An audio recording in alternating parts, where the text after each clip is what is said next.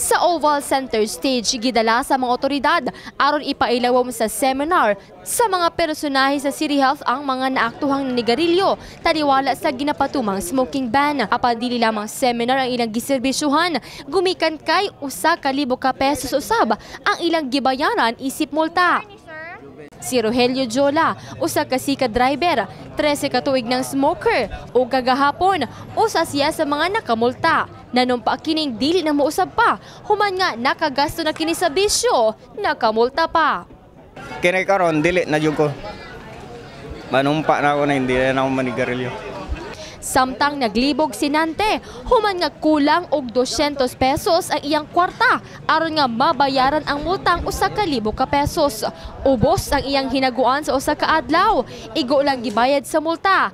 Mas maayo na lang daw kini, inay nga mapriso. Kuna 800 lang.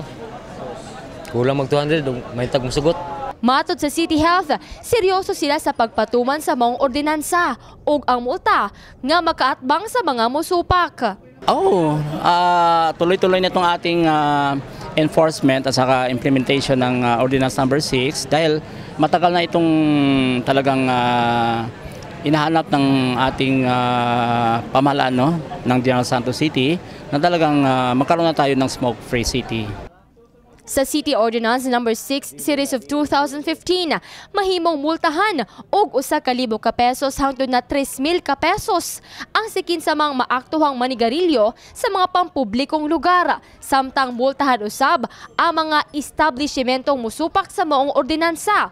Multa gikan sa 1,000 ka pesos ngadto na sa 5,000 ka pesos ang posibleng idapat kanila. Jess Saleduna, Brigada News.